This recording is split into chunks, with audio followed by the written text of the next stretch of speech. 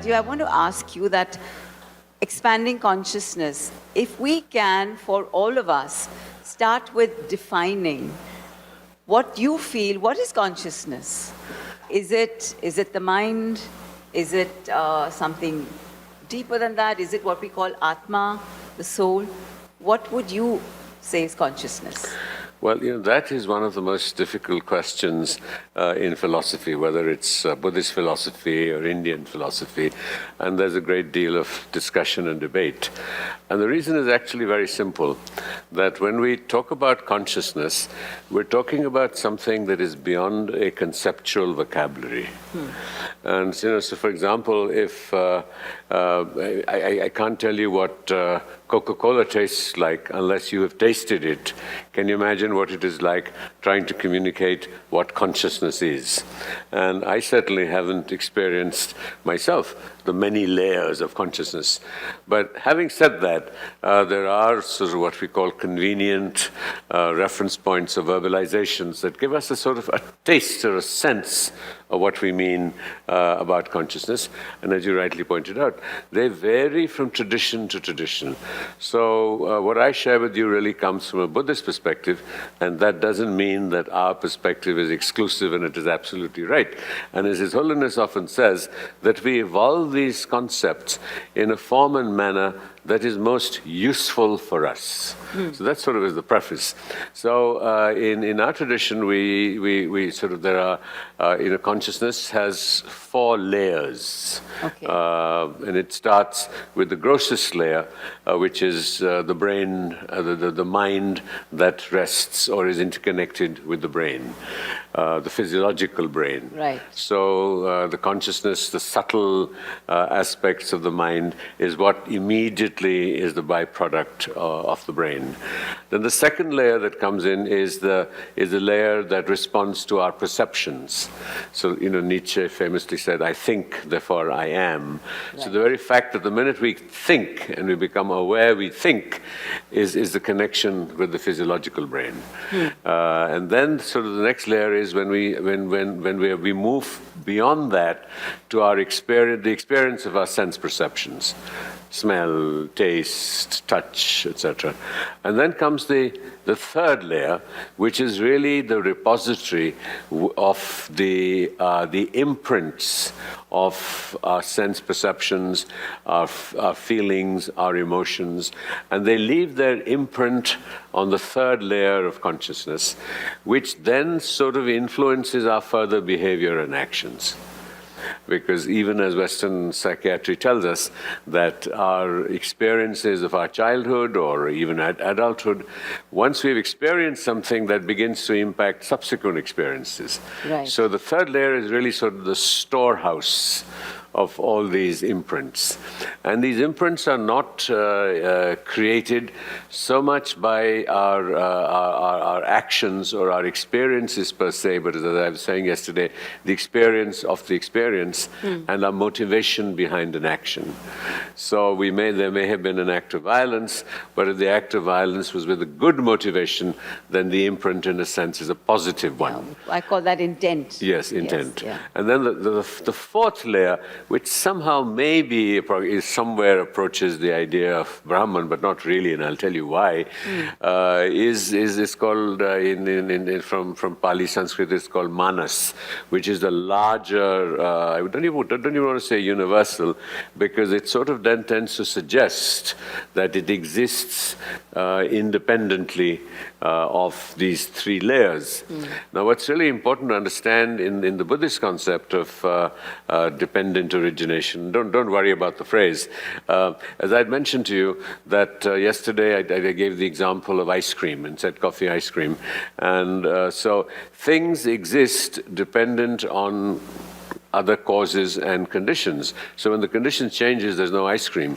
So in our worldview, unlike the soul in the Christian traditions or Atman or Brahman in the Hindu tradition, what really happens is it's sort of like the melted ice cream. So when the conditions are appropriate and right, then they take form as consciousness. Otherwise, they merely remain as the potential. So just like the elements that make up ice cream have the potential to become ice cream when the causes and conditions are right, so consciousness is only generated when those causes and conditions are appropriate for that. So we don't have the notion of an all-pervading consciousness. But though you did say that the first 2 or 3 levels are about awareness, sensory awareness. Well, you don't call it consciousness as yet. Well, it is all a part. Basically, we have a wonderful phrase which you call subtle mind. Right. So these are the sort of the progressively subtle layers of mind, and for the mind to manifest itself as we understand it, it needs the physiological brain. Yeah, absolutely. For it to take that That's form. the way we understand it, yes. But in the absence of the physiological brain, it doesn't mean that consciousness does not exist. Exactly. So long as the causes and conditions exist. And so it can happen that, so when someone dies, the mind, yes. the mind becomes increasingly subtle. And if you are enlightened, as it were, so unlike in the Hindu tradition, where the consciousness then merges with Brahman, here the consciousness either just dissolves, or it retains this potential, like the elements of ice cream, looking for an appropriate egg and sperm coming together. And mind you, it need not be only human, it could be animal too. For that consciousness to manifest. And it is the preceding imprints on that consciousness that will help determine, to the degree that it can make the choice as a bodhisattva, as Dalai Lama would make, right. Or the proclivity to that would depend on what had preceded it. So, I wanted to ask you, your journey has taken you through different, I wouldn't say different faiths, but different masters. You started with Thakur first, Apka. Sri Ramakrishna. Ramakrishnan, yes. You also did the yoga thing with B.K.S. Iyengar. And then there have been so many other masters. And then finally it's been Buddhism, right? Was there any conflict in you, or was it like a, Well, the amazing thing was that actually there were 3 principal strands. Huh. The rest was sort of to learn from everybody you meet in some form or the other, because as a struggling aspirant and sadhaka myself, I was very anxious and keen to look at other people's journeys and see what I could learn from it. Right. And this was something in which my sort of root teacher, the Dalai Lama, was extremely encouraging. Because as I've shared personally, but just before his audience, that though the Dalai Lama is a preeminent Buddhist monk, when he got the Nobel Peace Prize, I was privileged to be with him, and he came out and he gave me the check, and he said, now we should set up an institution, and wouldn't it be wonderful if the Pope and I and some religious leaders were to go to Mecca together? Wow. So it was the audacity of that vision that really demonstrated the extent of his inclusiveness. And so while retaining sort of true to one's journey, we are encouraged to learn from the others. Okay. And what was an element of great joy for me was that my first root guru was Swami Ranganathananda of the Ramakrishna Mission. And then later I met His Holiness, and simultaneously I'd already met B.K.S. Iyengar. So at different times, I was privileged both to moderate a conversation between Swamiji and the Dalai Lama, and there is one on YouTube. That predated video recordings. Okay. But there's one with B.K.S. Iyengar and the Dalai Lama. Wow. And then how the 3 of them in their own ways became extremely good friends. And the ability, and I really want to flag this in these fragmented times when it is, the otherness of the other is constantly being affirmed, right. is that there's a young cleric called Salman Chishti at the Dargah in Ajmer Sharif. And he was telling me that when His Holiness visited, this is the shrine of a Sufi saint, 700-800 years ago, who passed away. And when His Holiness prostrated and put his head down, flat out, his forehead touching, the part of the grave where the Khwaja Sahib's feet were. He spent 15, 20 minutes in silence there and woke up and said, look, I have just, experienced divine reality. Wow. And this was an agnostic responding to the divine. So it wasn't really that struggle wasn't a conflict at all. And let's not forget that Sri Ramakrishna's principal disciple was Swami Vivekananda, sort of an agnostic, Right. a disciple of a bhakta. So there are really no contradictions inherently. I mean, there are differences, and they depend again on our different mental dispositions. I mean, that's one of our favorite articulations, that each one of us needs a different mental diet and perhaps different mental diets at different times, just like we eat different foods in summer than we do in winter. Right. So, I mean, this is interesting, Rajiv. So I want to ask you personally, so would you call yourself a religious person, or are you a spiritual person? Or is there a difference for you? I have no idea. I mean, I'm just me struggling with trying to soften my sense of self. And I am extremely fearful of labels. Right. And Okay. I did want to again, one of the great risks of our contemporary verbalization of non-conceptual ideas is that they can limit us to what we understand that verbalization to really mean. For example, if you were to ask His Holiness ever about his spiritual experiences, he'd say, what? He is something else. I mean, the lightness which he takes himself, the joy. I mean, he's just amazing. So yes. Well, I have mean, to most agree. other godmen are so. I'm a godman. They're so heavy about themselves. I think it is this aspect that, the willingness to recognize, with deep humility. Yeah, absolutely. Because, and that humility doesn't come as a form of posturing, but really to recognize at any given time how little you know, and to be so deeply conscious of your own imperfections. Absolutely. So it isn't that because you've done, I don't know what, a week-long course in meditation, that suddenly you're you've enlightened reached. or you've reached it, or Exactly. even a lifetime. Yeah. And I just share an anecdote that I was, moderating a conversation between His Holiness and Rowan Williams, who was the former Archbishop of Canterbury at Trinity College, Cambridge. Okay. And His Holiness used to tell me, I'd go up to him, and I've known him for 40 years, so every few years I'd go up and say, Your Holiness, nothing is happening. And he'd he'd ignore what I was saying, or I'd say, my body shook, or I saw the light, and I mean, he just, so what? Right. This went on. And then at one point when I persisted, he said, but what's the hurry? And I said, but it's been 40 years. He said, but it takes eons of lifetimes. And so Very encouraging. Exactly. So I narrated the story to the audience. And so His Holiness said, now keep quiet. I mean, if you say things like that, no one's going to listen to me. So the point is, it does take time. And it doesn't mean that it's, from 0 to 0.01 in one lifetime. But, to become enlightened, whatever that claim is, I have no idea, is a process. And one of the first learnings is patience. And so the great challenge in these times of instant gratification is that it is delusional when we suddenly feel that something dramatic has happened, and when the next crisis comes up in our lives, we just collapse, and then we're disappointed at the method in the first place.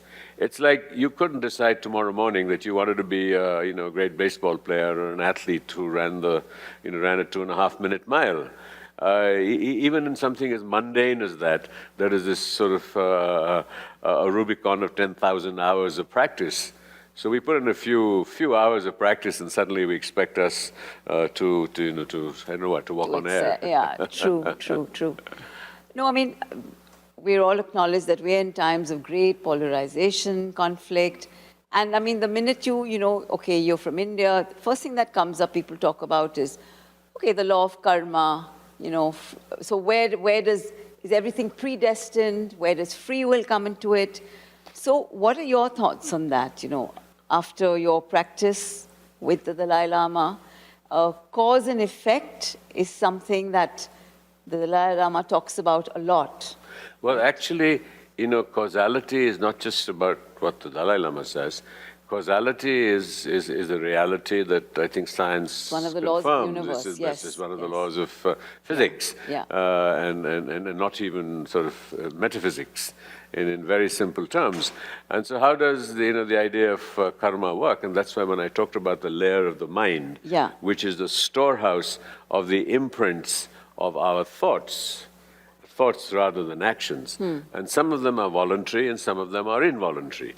So the involuntary ones, for example, would be our exposure to, say, what we watch on television, or we may have been witness to war crimes in Ukraine or at Auschwitz in Nazi Germany. And so that will leave certain imprints in our consciousness, which then influence our subsequent emotional and psychological responses. However, that the two things happen. One is that we have in human form, which is something that animals don't have.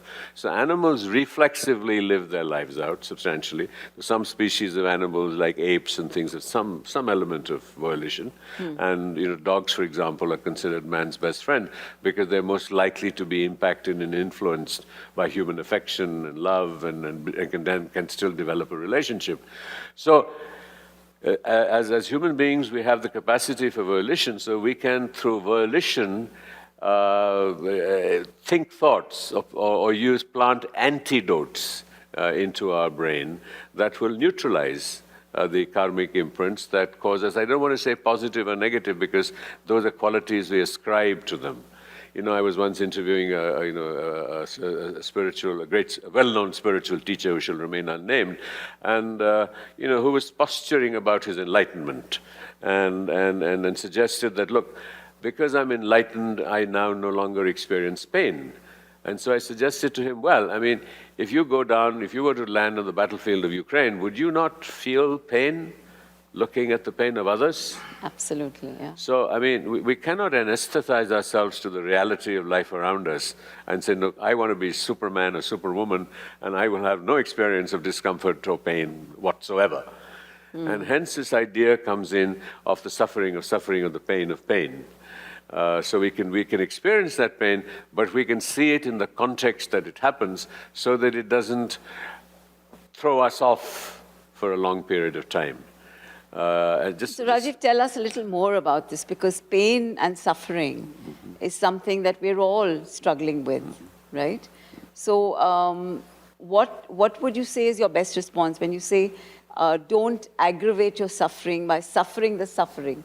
What exactly do you mean by that? It means that when I suffer, which means that... So you have a pain in your back right now, yeah? So if I have a pain in my back right now, what I try and do, and the operative word is try. I want to make no pretension that when my back hurts, it hurts like hell.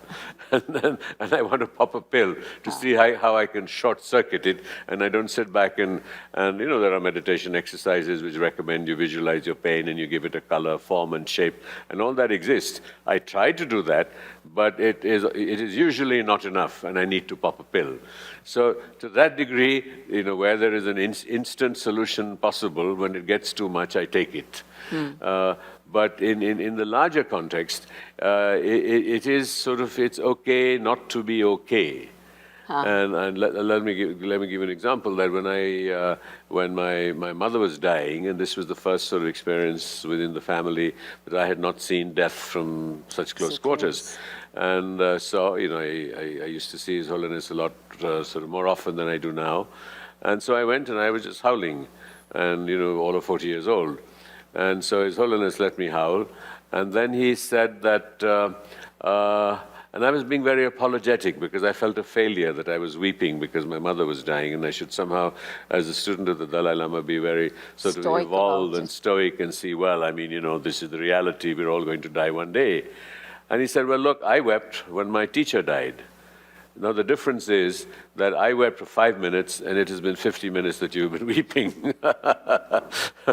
So for that emotion to come up is entirely legitimate and reasonable. It is just that how we can locate it in the larger perspective of life and the reality of life. And so the underlying principle then becomes, of the solution, inverted commas, is that our willingness to embrace reality as best we can understand and see it.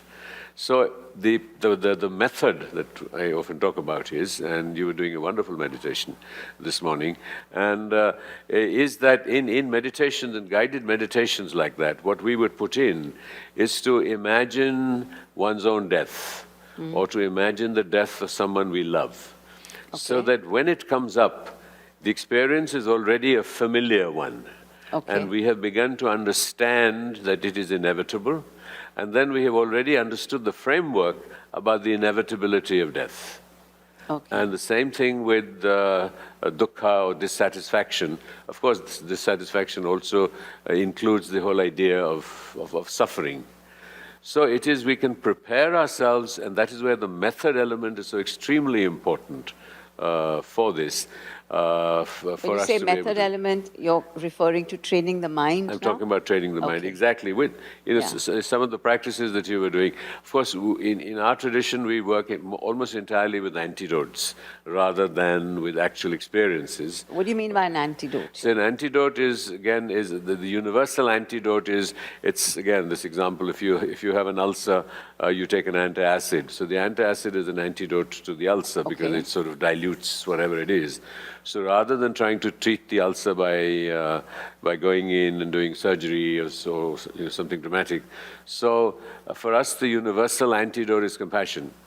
So this example of death that you just take, if we took that forward, the antidote to that would be to actually meditate and visualize that. See, death is a very, very, inherent important part. It may not be the best example, but since it is the most extreme for many of us. Yeah, and I think a lot of us struggle with it. Yeah. So meditation on death is a very intrinsic and important part of our practice. Okay. So on most days, I mean, I have to be honest, and there are some days I'm recalcitrant and don't quite make it happen with the intensity and concentration that it should, but I try and sit every day for, whatever, 30, 40 minutes. But sometimes the mind is distracted and fuzzy. But on the days that it isn't, then one of the important techniques is to visualize death. Because we use meditating on death as an instrument to look at both impermanence, that everything will sometime, Pass, yes, pass, yeah. and change. And So change. meditation on that gives us a context to look at both the pillars that I often talk about impermanence, and interdependence. change, and not so much interdependence, but also interdependence. So these three pillars, come up on meditation on death. And then death, of course, ends up being not just physical death, but change, the impermanence of a relationship. Is also impermanent. So you can look at the death of a relationship. So it's not just physical death where the consciousness leaves the body.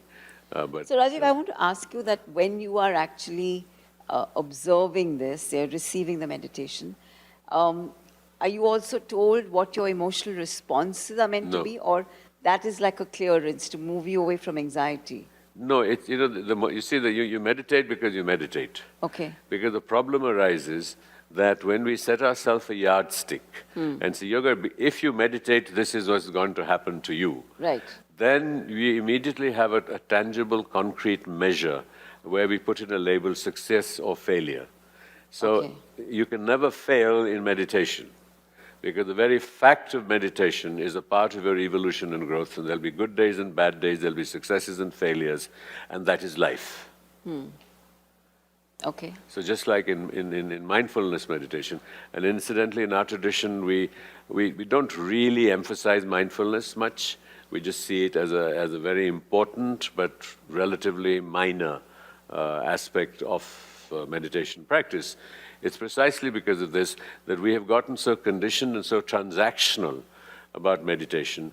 Particularly when you're paying to receive meditation instruction, we are looking at payback from every 5 minutes that we spend on anything. And I think what is inherent in this is patience and process and the unpredictability of how it will happen. Now, having said that, if you have been engaging in a certain practice for 3 years, 5 years, it's very personal. Yes. And this is where the teacher plays a very seminal role. And there is this wonderful phrase along with spiritual materialism, which is called spiritual tourism. So we try something and it doesn't work, it doesn't deliver results, we move on to something else. Now, if we wanted to be a great golf player or whatever, I mean, we were just on faith. We would just keep practicing till we made it. True. But when it comes to the mind, we have no patience. We want an instant response and instant gratification. So part of the process builds into it the nurturing of patience and the nurturing of what comes up for you, regardless of the label of good, bad, or indifferent that we attach to it. So that training is really comprehensive, but it just means accepting, but not evaluating, because then judgment comes in, and we say, this is good. Right. But no experience is good or bad, per se. It is when we create we create an experience out of volition, then it is the motivation that determines whether it's good, bad, or indifferent. Was our intention larger than ourselves? Right. And that doesn't mean that if someone is beating us up, we just sort of allow ourselves to be beaten up, because we need to survive to carry on being good or virtuous or whatever. Right. And anyway, I could go on. Too much.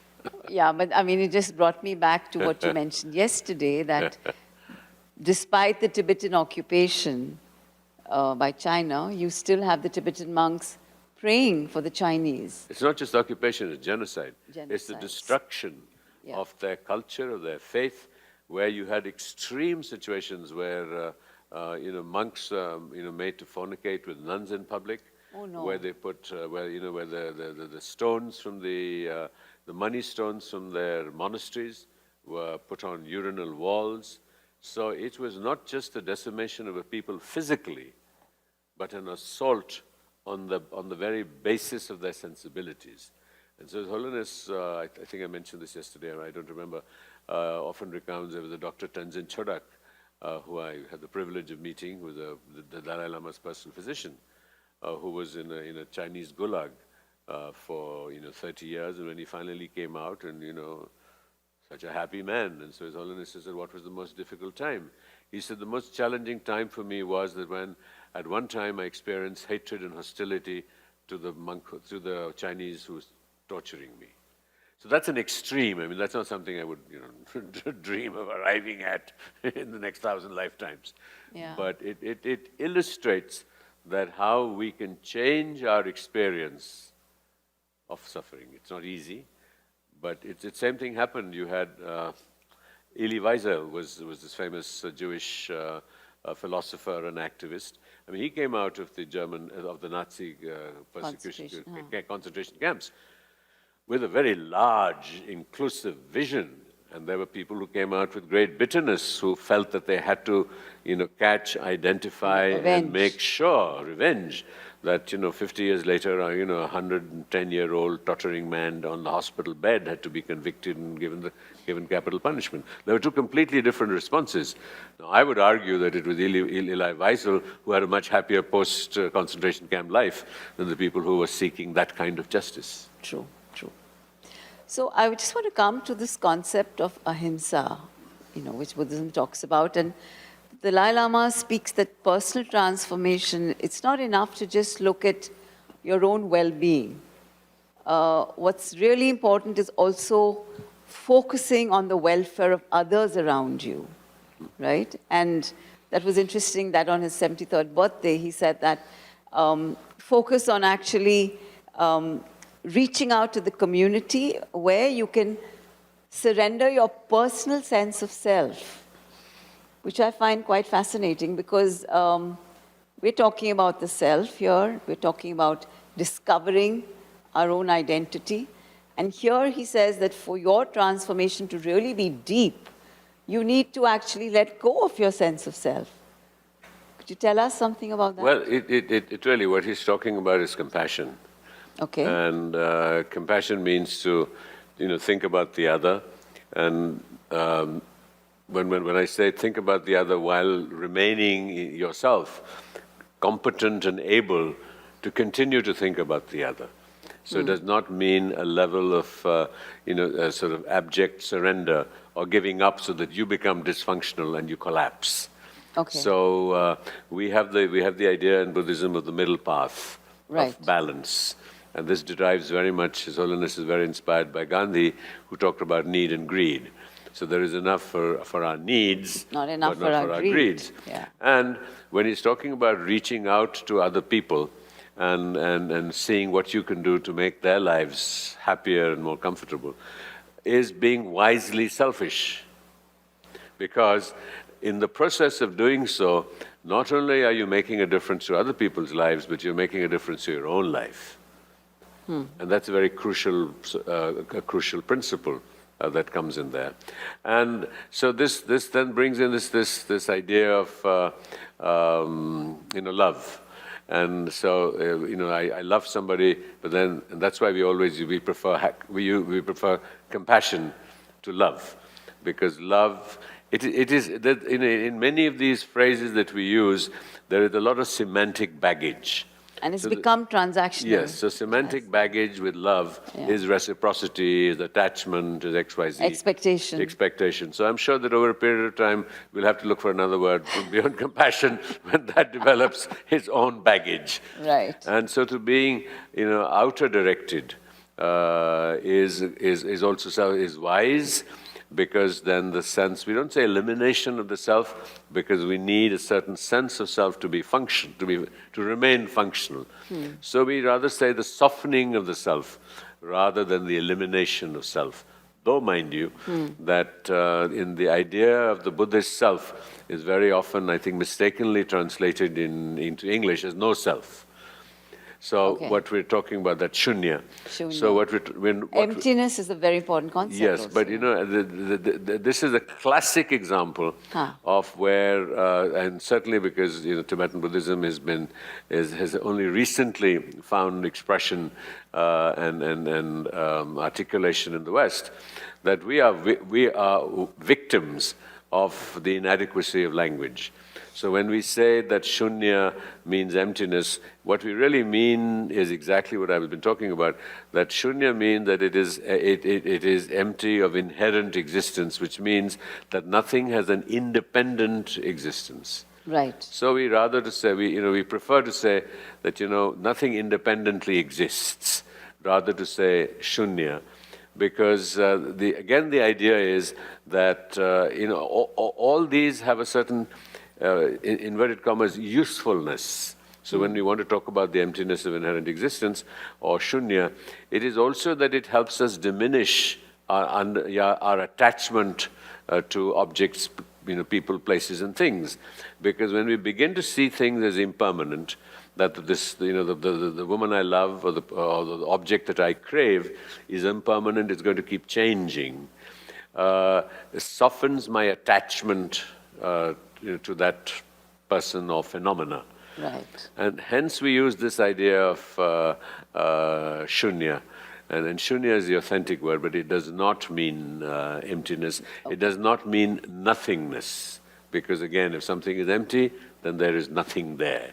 It's okay. These are complex concepts, which I only partially understand. It's very easy to talk about, and ultimately you have to experience the reality of it for it to substantially impact who you are. And what's really reassuring is that His Holiness, if you asked the Dalai Lama, as I mentioned, I think yesterday, he still does 4, 5, 6, 5 hours, maybe it's come down post-COVID, he's 87 years old, is that he hasn't got it all. I mean, he would never claim that he's enlightened. He would not admit that he's the Bodhisattva. And he'd just say he's an aspirant, like at different levels. Right. And he is still aspirant, he's practicing, and every Bodhisattva continues to practice. Even the Buddha continued to engage in practices after he attained enlightenment. In fact, the poor man, after he sat under the Bodhi tree and emerged, he was utterly confused. because he didn't know how to communicate What he had just to what he had just experienced. And he hesitated, and then he said, and that's where the method became so important. So he said, I cannot explain to people what I have been through, so all I can do is I can share the method that will enable them to experience it too. What I have, okay. And nor did the Buddha or any of the heirs of the Buddha make the claim that I will touch you and I will somehow lead you to light without you making the effort. So Rajiv, before we get into the Q&A, one very quick question. So the self that all of us are searching for, we say myself, right? The self, I mean, so is it a fixed state of being, or is it a constantly evolving, dynamic state? How would you define the self then? We're searching for the self. Well, I think we're mistakenly searching for the self. That's the problem. Okay. We can't find it.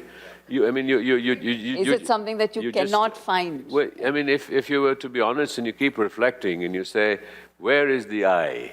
I mean, where does the I exist? We normally grasp for our heart or whatever it is, we give it a physiological thing. Which interestingly, what I found very remarkable, I was rereading Ramana Maharishi, and Ramana Maharishi said, the Atman, the I in Hinduism, is actually not on the left where the heart, physiological heart is, but on the right. Okay. So, I mean, I don't think these are things that you can lock in and concretely define. So through practice and that is where the experience of listening to and engaging with a diversity of perspectives and the diversity of methods and the diversity of people, some of whom I ended up feeling great reverence and respect, some of them revealed to my worldview what I ought not to do or not to become. Okay. And the bottom line was a transparent sense of compassion with a diminished sense of self as the ultimate yardstick of the aspiration that I feel I have been groomed to seek. Beautifully put. Thank you. Do we have time for Q&A? Can you repeat that, Rajiv, please? I've forgotten. She said, Diminished sense of self. and compassion, an expanded sense of compassion, if you want. I don't know what. Remember. It was compassion and a diminished sense of self. Very beautifully said. It's being recorded. Yes. Sir, thank you very much for being here today. My question is about consciousness and how it ties to the soul. My first question is consciousness aware of where your soul is at that moment, number one. And then number two, if we are all interconnected and we don't stand as individuals, but we do have a self, where is that line? Thank you. Well, I'll tell you quite honestly, the reason I'm not able to give you an honest answer is that in our worldview, we don't have the notion of a soul. Because a soul assumes something substantial that has indefinite continuity. So whether if I have a soul and the equivalent of that in the Hindu tradition is Atman, and then we believe in the Hindu tradition that, and there are two views again, and as one's reading grows, you begin to see two different perspectives. So one perspective is where the soul merges with Brahman. And so Brahman is the universal, the ultimate reality or whatever energy that you want to call it. And the other view, which someone like Ramana Maharishi teaches us, he's saying, but there's no question of it merging with anything. The Atman is already a part of Brahman. So they're really the same thing. In just two different contexts, we're giving them two different labels. But where we come from, that there is no continuity of a single unitary element called the soul, and which is why when we die, consciousness such as it is, actually consciousness, I don't want to use the word disappears, but only comes into being again when the causes and conditions enable it to come, like ice cream. So when there is this, so consciousness only evolves in that space, time, and context. And in terms of the interdependence, I think we are both autonomous and we are interdependent. So we have a degree of autonomy while being interdependent. So we're not just complete, otherwise we could just sit back and surrender and say, look, my life will unfold as everybody else wants it to, or as will entirely and exclusively dependent on everybody else. But in reality, my life also depends on the acts of volition that I am capable of, and the human form is the only form of life where there is volition, no matter what the baggage that you feel you may have been born with. Rajiv, I want to just take that forward a little bit. When you speak about consciousness disappearing, then where does reincarnation come in? Exactly. But you have that with the Dalai Lama. No, but the right? reincarnation comes in just like the ice cream. The causes and conditions are right, and so the consciousness takes form. And what happens is that as the consciousness gets increasingly subtle, and the two aspects that are operating at that time. One is motivation, which means that, and there's a difference between intention and motivation. I may intend to do something which is very unholy and unwholesome, but my motivation should be compassion. So motivation is a little more nuanced in that direction than in intention, as far as English language is concerned. So in the case of the Dalai Lama, there are two elements that are operating. That not only is he being driven by the compassion to take rebirth in order to teach and serve humanity, but by the motivation that this should be in a form and manner that is most useful. And today, so far, the 14 Dalai Lamas, the 13 that have preceded him and the 14th, have been driven by the commitment that manifestation should happen, that in a manner and form that is useful, not just to all humanity, but primarily to the Tibetan civilizational heritage. And through that, so today what the Dalai Lama is really saying, and this is 2 minutes of time, because I think this is a very important principle for the present political sort of impasse, in a sense, on the institution of the Dalai Lama and what the future will be. So what Tenzin Gyatso, the monk, who is the Dalai Lama, he says that I, the monk, just a human being, my aspiration is to take, and I will take a rebirth in a form and manner that will be most useful to humanity.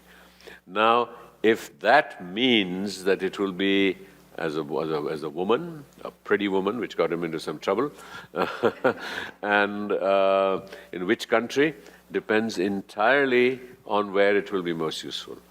I will take a call as the situation unfolds, and I will let you guys know before I move on to the heavenly fields. That's my little aside on the heavenly fields, that whether it will be in the form of the institution of the Dalai Lama. And this issue is compounded because we forget that after the monk takes reincarnation as a young boy, there's a gap of about 20 years before he actually assumes responsibility, and 20 years in global politics is a long time. So there is a great risk that in his making that commitment, and then the Chinese choice, and there's 20 years that can go by before he actually manifests. Right. So while he may physically manifest as a child in 2 years or 3 years, what happens during that 17 years? Right. So it's a very complex, nuanced position.